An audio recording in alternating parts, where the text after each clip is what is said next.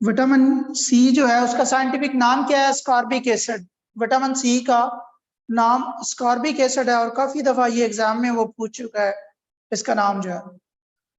और इससे भी जो बोन्स फॉर्मेशन होती है, विटामिन डी से बोन्स मिनरलाइजेशन होती है, बोन के ऊपर मिनरल्स बनते हैं, बोन्स मजबूत होती है, इसकी वजह से बोन्स फॉर्मेशन होती है।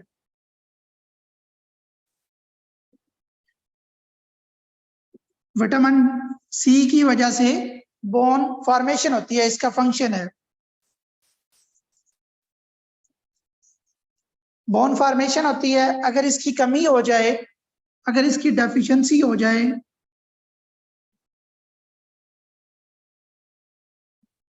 तो स्कर्वी स्किन की एक डिजीज है, स्कर्वी स्किन डिजीज।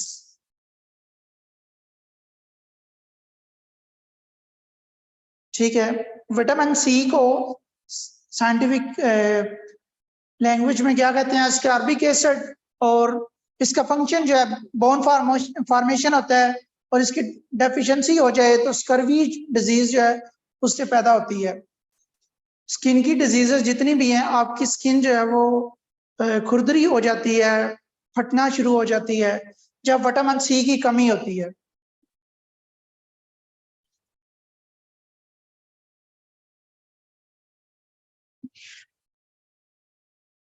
बाकी क्वेश्चन हो तो साथ में बताते रहिएगा जहाँ पे भी।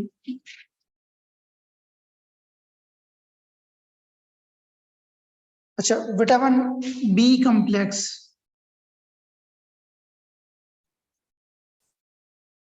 बी कॉम्प्लेक्स इसके B1, ठीक है,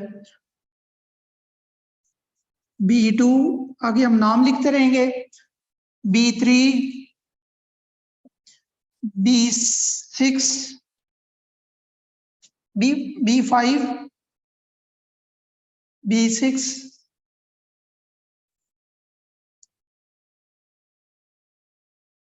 B9, B12। तो इसका साइंटिफिक नाम क्या है? थायामीन। विटामिन बी जो है ये भी उसका फेवरेट है एग्जामिनर का, विटामिन बी। तो इसका साइंटिफिक नाम क्या है? थायामीन। इससे जो बीमारी जनरेट होती है वो बेरी बेरी है।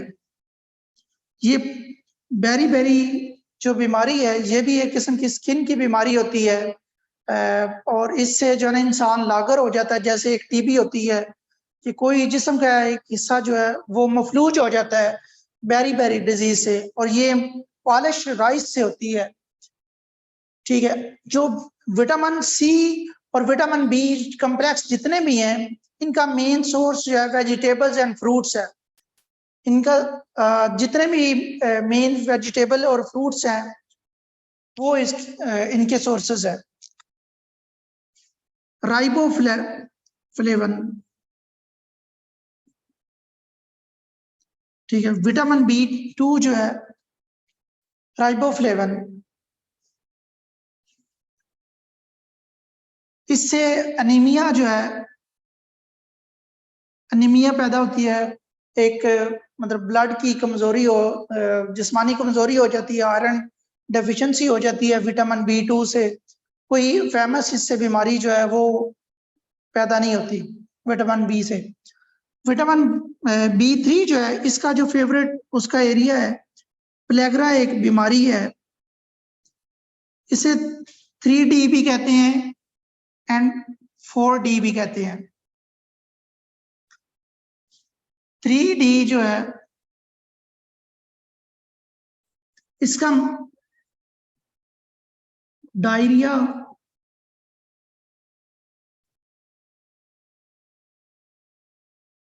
डेथ, ठीक है,